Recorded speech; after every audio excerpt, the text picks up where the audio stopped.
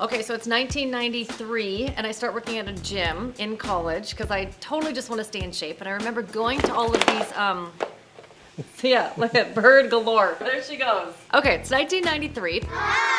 And I start working at a gym freshman year in college, totally to stay in shape. And I start going to these fitness classes and I love them, right? And I'm going all the time. And then I remember one day, the instructor that I'm taking classes from is like, hey, I can't be here. You just want to teach my class? I was like, sure, I'll teach your class. And then all of a sudden, I just start teaching fitness classes. I remember there was one point in my freshman year, I was like, hey, Dad, I think I want to go to school to be a fitness major. And he's like, awesome. I was like, am I going to teach aerobics for $5.50 an hour the rest of my life? He goes, possibly, but if that's what you want to do, that's great. The woman that taught me how to teach aerobics was awesome and I've been teaching for years. So I would just teach her classes and I would just use her music. So this is my first lesson is I remember a guy comes from Minneapolis. I was teaching in northern Minnesota and he is from The Firm. Welcome to The Firm Aerobic Weight Training Workout. And The Firm was like this amazing fitness place. Are you ready to break a good sweat?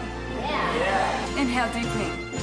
Releve. Now lower the heels. Loosen through the pelvis and tuck under.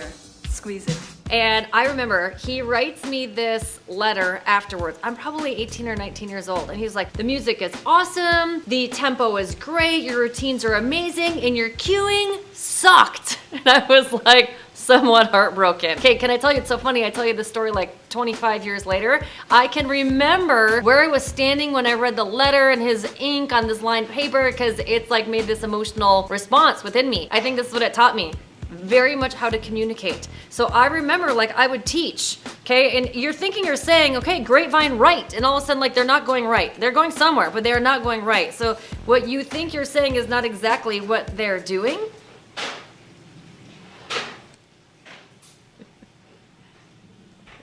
Okay, so at that moment you're like, okay, so I can either be irritated with them that they're not following my instructions, or I can be like, oh no, 20 of them are not doing what I'm saying, which means maybe I'm not very clear in my communication. So over the course of teaching fitness for so many years, I think what it helped me to do is be a really effective cuer. So one is I got the letter from this guy from The Firm. Welcome. And then two, people weren't doing exactly what I thought I was saying they were doing. So it's not that they weren't doing what I was asking, it's that I was not clear in my communication. So as a leader, I'm really aware of okay, if they're not doing what I'm asking, it's because I haven't set the expectation or I haven't clearly communicated or I haven't covered all of the groundwork that I need to cover. But I think I really learned that when I was 18 or 19 years old from a letter from a guy from Minneapolis talking to me about my fitness classes. When it comes to public speaking, so I train a lot today and people are like, oh my gosh, you're such a great trainer. Well, I've never taken a how to train course.